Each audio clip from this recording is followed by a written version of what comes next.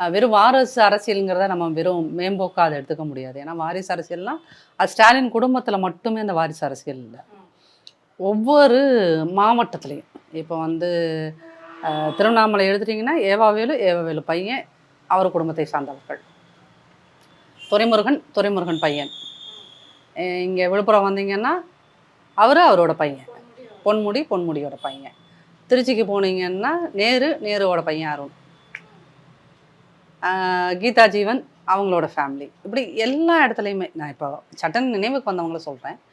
ஒட்டுமொத்தமாகவே திமுகங்கிற ஒரு கட்சியில் என்ன ஆகுது அப்படின்னீங்கன்னா, அது அவங்க கட்சியோடு அதை வாரிசு அரசியல் நிறுத்தினா பரவாயில்ல, பதவிகள்லையும் அதே தான். அப்பா மந்திரி, பையன் எம்பி, அப்பா மந்திரி, பையன் எம்எல்ஏ, ஐ பெரியசாமி ஃபேமிலியில் இல்லையா? அப்படி வரிசையாக எல்லாரும் அவங்க மட்டும்தான் கட்சியாகவும் இருக்கணும், ஆட்சியாகவும் அவங்க தான் இருக்கணும். அப்படிங்கிறது மக்கள் ஓட்டு போடுறாங்க, அங்கீகாரம் கிடைக்குது, பதவிக்கு வர்றாங்க, ஓட்டு போடுறாங்க. நீங்கள் இதெல்லாம் வந்து மேம்போக்காக பார்த்தோம்னா ஆமாம் இல்லை இது ரொம்ப ஜனநாயக முறைப்படி ஓட்டு போட்டுறாங்கல்ல அப்படிங்கிற மாதிரி தான் தோணும்.